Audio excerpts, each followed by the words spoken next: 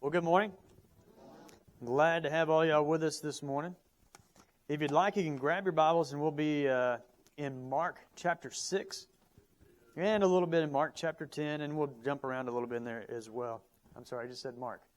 Matthew, not Mark, Matthew. Matthew chapter 6 is where we'll be, Matthew 6 and 10. Before I get into things, though, didn't want to put out that I'm working on putting together a song leading kind of class to help folks who are interested in helping with the song leading, to just kind of give you a couple of basic skills on how to lead the songs, how to start things off, things like that. I'm going to help you with the things that I know.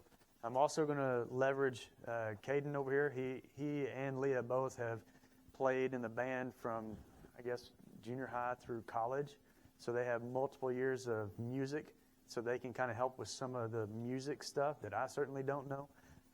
But the idea is just to kind of help folks that are interested in doing song leading to get a couple of the basics down, practice it a little bit, get more confident in how to do some of the song leading, and be able to help us out when it comes to leading singing. So that's something that's coming. If any of you all are interested, let me know. And then if there's a time that works better, Sunday night, Wednesday night, whatever, let me know so we can kind of arrange it around where we can get the most amount of people. I think right now we're leaning towards Sunday night doing it, but we don't have a date when to start on that yet. But if you're interested, let me know, and we're working on putting that together so folks know. That way you're well-equipped and able to stand up and do all those fun things. And with the idea of thinking about song leading, we're talking about fear and anxiety this morning. That might give you a little bit of fear if you think about standing up here and going, okay, everybody, here.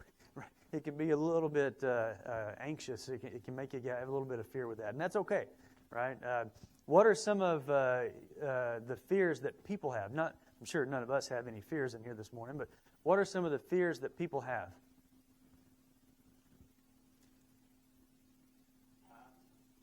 What was that one? Heights, yeah, right. Fear of heights. Not wanting to be up on top of the roof or be up on a ladder or fly in an airplane or look outside a window. What? Snakes, right? That's a big one. I won't name any names, but I know of a certain individual in here who, when I was younger, turned loose of the steering wheel driving down the road because they saw a snake. I wouldn't want to say who that is, but some people have a very strong fear of snakes. I know another person in my family as well that nearly tore her leg off trying to run away from a snake as she ran through a little half door. We had a barn door, and it had like a door that would shut and a bottom door. Well, the top door was open, and we would just step over it. Well, she stepped in to collect the eggs, and there was a snake. And when she saw it, she just bolted and just ran through the door and got a great big old bruise on her leg. There's no way that the chicken snake would have hurt her, but she hurt herself nearly trying to get away from the thing, right? Just that. What else? What are other fears that we have? Spiders. That's another big one, yeah. A lot of people are afraid of spiders. To me, the snake one I kind of get, right? But the spider one, I'm like, why are we so scared of this little guy? He's got 8 legs, he's kind of furry, whatever, right? The only ones mainly in our part of the world that can really hurt you would be like the black widow or the fiddleback or the brown recluse that I know of anyhow. And most of them, they don't want to be anywhere near you. They want to be away from you, right? And as long as you're kind of watchful, it's not that big a deal. But the people who are afraid of spiders, they don't care how big or how small or what kind or what type. They don't want anything to do with them, right? People who are afraid of heights, they don't care how high you are.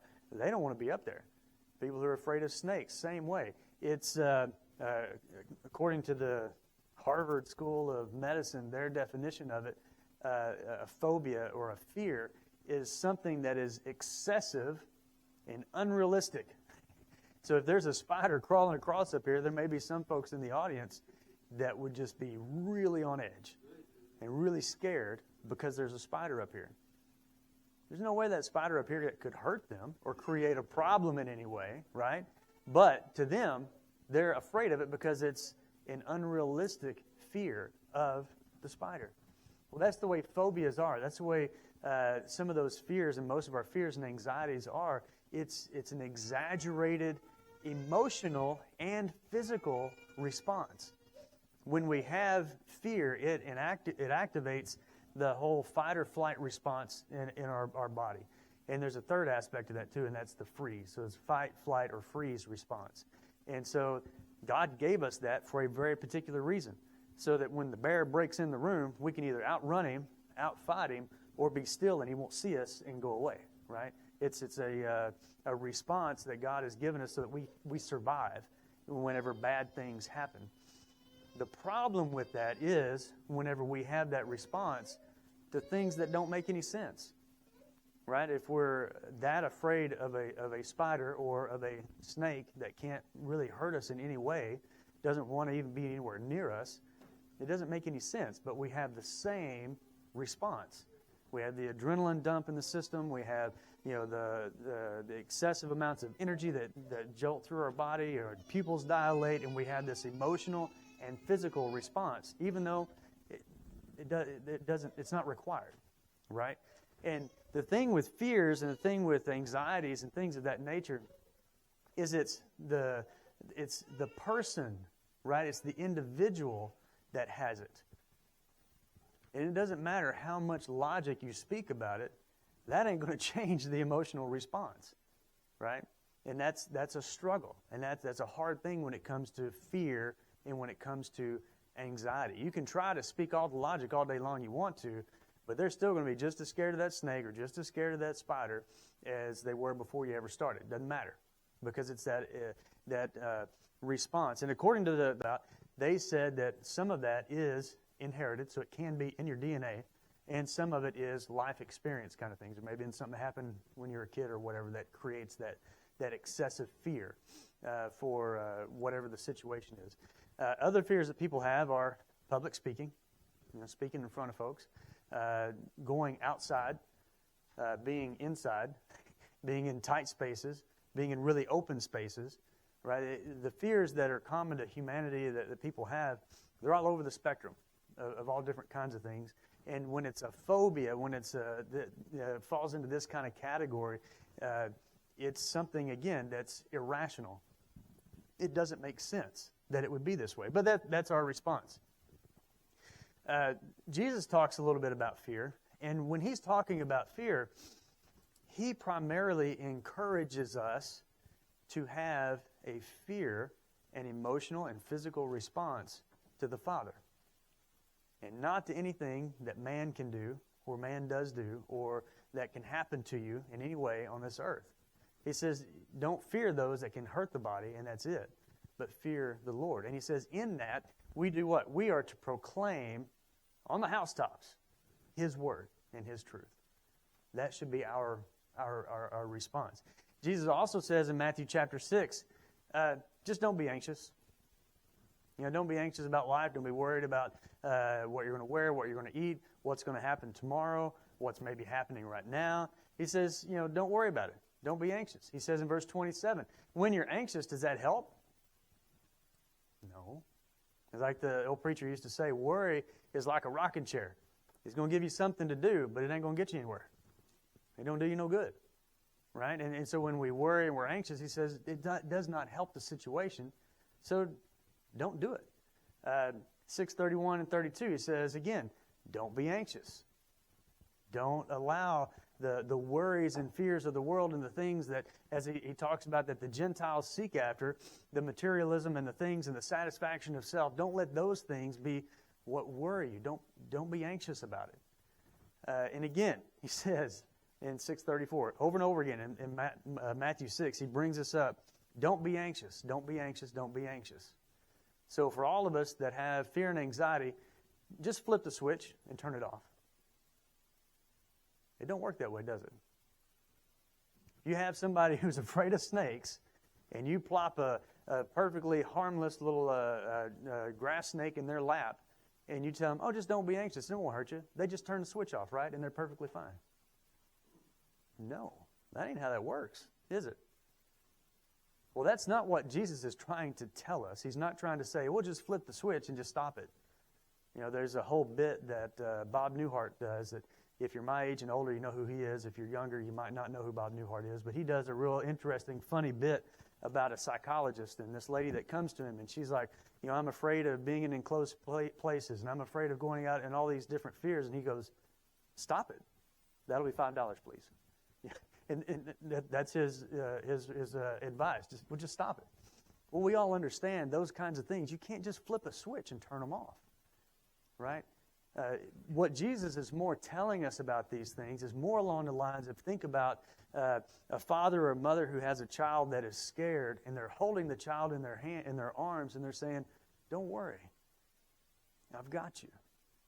He's not saying, scolding the child, hey, quit being scared, just turn that off, but rather more along the lines of trying to console, trying to comfort, trying to help. Don't worry about these things, I've got it. I know you are going to worry about them because He created us. He created our brains. He created our minds. He knows how we're going to respond to certain things. And He's trying to tell us, I'm with you. Don't worry. I got you. Right? He's trying to help us through that because He knows you can't just flip the switch and turn it off. It's a struggle. We've talked a little bit about the sanctification process. It's a maturing in faith. It's a maturing in time. It's a gradual growth in our understanding and our trust of Him that helps us to be able to deal with the fears and to deal with the anxieties of life and put Him first.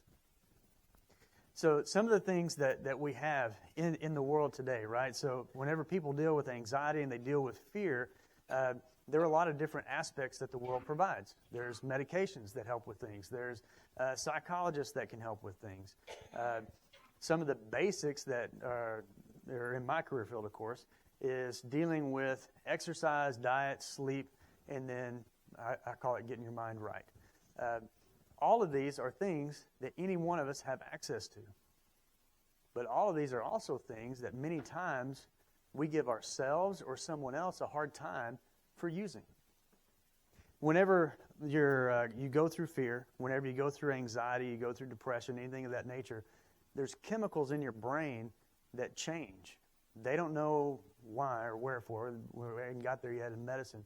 All we know is that we can observe that the chemicals in your brain change. They don't work quite right. And sometimes those chemicals need help with medication to get over that struggle that's being gone through. Sometimes we're just born that way, and we just have, people might say, I wasn't born right. You got something wrong in there, son, right? But some of us do. We have certain chemical actions in our brain that don't work right, and we need medication to help those things to work right. And that's okay. I mean, that's just a part of it. We wouldn't give anybody a hard time for taking medication for their heart or for anything else that people are struggling with. But many times we give ourselves a hard time. We may give others a hard time because they use a medication to help with that chemical stuff that goes on in our brain when we're afraid, when we're scared, when we're anxious, when we're depressed. Now, the problem is that the world will teach you this is the only way to fix it. No. This isn't a fix. This is a help. This is something to help somebody get along through struggles or difficulties that you're dealing with fear or with anxiety, things of that nature, if we're keeping it in that topic. It'd be kind of similar, like in my world as a physical therapist, if somebody sprains their ankle, well, I'm going to tell them, get a brace on it, take some ibuprofen, as long as you're not allergic to it, put ice on it, get it elevated, keep it moving, those kind of things to help it heal and get better, right? We understand that. Well, why does the ankle swell? Well, because the chemical makeup inside the joints and ligaments and the muscles is disrupted by the injury, and that causes a lot of different chemicals to be released, creating inflammation and swelling and pain and all the other things that happen. So we know what to do to counteract that. Well, we see the same thing in the brain with fear, anxiety, depression, and things of that nature. And we know basically some of the things that we can do to help with that. But I would never encourage someone who's had an ankle sprain, okay, for the rest of your life, you have to have ice on it, and the rest of your life you have to be taking, ibuprofen, and you have to have it elevated everywhere you go for the rest of your life. You can never put your leg down, right? That's just dumb. You have to wear a brace. You have to no, that's not the fix, right? Those are things that help the healing process, but you got to get through to that on the other side to get yourself back to normal, right? Get yourself back to being who God has created us to be. And so with this, I thought about Elijah. 1 Kings chapter 19, verses 1 through 8, Elijah, he just came off of truly a mountaintop experience. He was in Mount Carmel, and he had the whole interaction with I think it's over 400 prophets of Baal. And this is the situation where he says, all right, we're going to have a showdown between Jehovah God and Baal. He said, we're going to have ourselves, you get your altar, and you set it up, and you call down fire from your God to light this sacrifice up. Well, they cry, and they cut themselves, and they do their thing, crying out to Baal. Baal obviously never does anything. Elijah has them pour water on the sacrifice and fills the water around it and all over it, and he asks God, and God lights the world on fire, right? He lights the sacrifice, the water, everything, and burns it all up.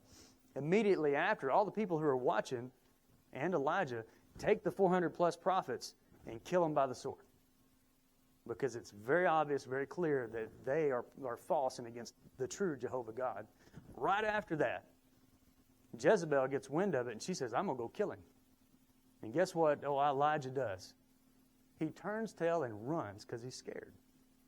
He just killed 400 prophets. He just stood there and saw lightning come down from God and destroy and take care of this sacrifice he put together.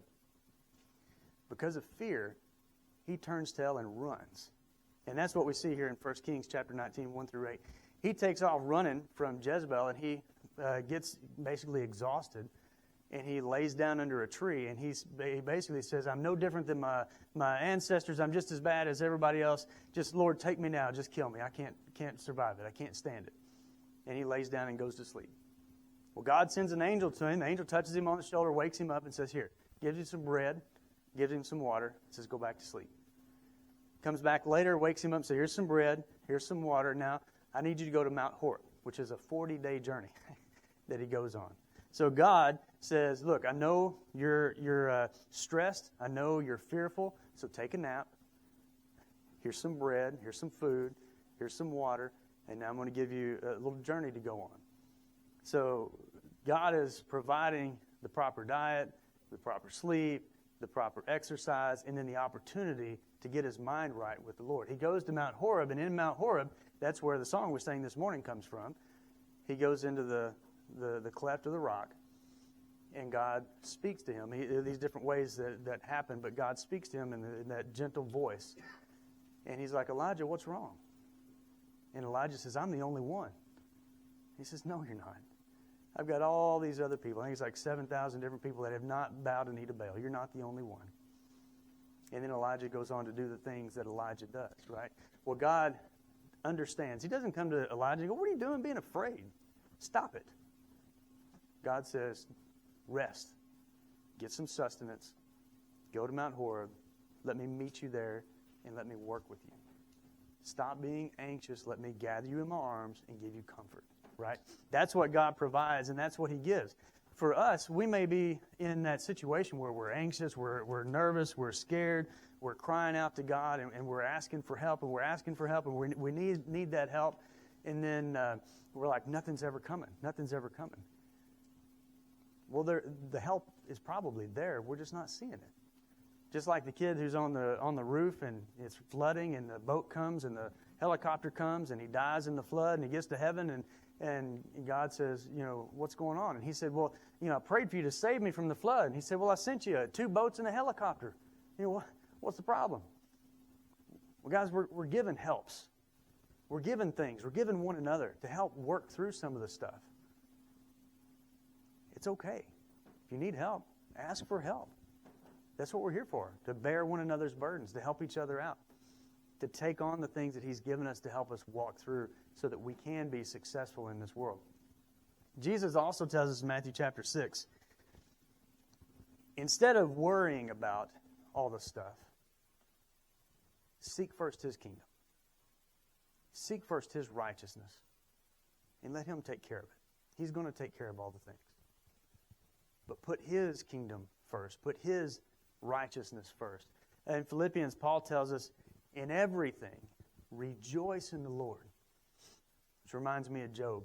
When Job finds out about all of his kids being killed, he finds out about losing all of his stuff and his land and his everything that he had, he falls down and worships before the Lord. when we're in the thick of it, when we're in the middle of the anxiety and the fear and all the stuff that's gripping us, and find the joy, find Him in everything, in prayer and supplication with thanksgiving. Come to the Lord. You're like, so I'm supposed to be thankful when I'm scared and stressed and anxious out of my mind? Yeah. Why? Well, God's right there with you. He's holding you in His arms. And He's saying, don't worry. We've got this. We can walk through this together. And He will walk through it with you together. And as we come to Him, then we can have this peace. Where's it at? This peace of God that surpasses understanding. And your heart and your mind is guarded in Christ. When we come to Him with that thankfulness, with that rightness of mind, with that direction, with that focus on Him, putting His kingdom first, committing ourselves to His way. Sometimes we create our own anxiety because we're not going after the way that God has given us to go. We're going after my kingdom and my way, not His kingdom and His way. But when we go after His kingdom and His righteousness, when we commit our way to Him and we trust in Him, He acts. And He works with us, and He works through us, and He guides us in the direction and the way that we need to be moving. Luke 8:22-25. This is the story where all of the disciples are in the boat. They're going across the sea. Jesus takes a nap, so He's asleep, and the storm comes up. The storm is so big that the waves are crashing over the boat and filling up the boat with water, and it's sinking. The response of the disciples is, Master, Master, wake up. We're all about to die. The response of Jesus is to stand up, wake up, stand up, tell the waves to be quiet, the wind to calm down. And then He asks His disciples, where's your faith?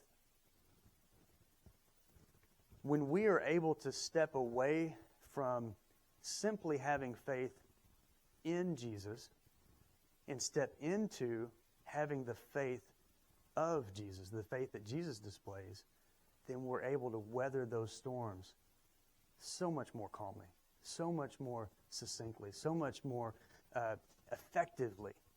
And the profound things that tear people's worlds apart do not tear our worlds apart, because we are made after the image of our Creator, and we are being renewed daily after Him, taught in the knowledge of who He is, that we can have His faith. We have His eternal, indestructible Spirit within us.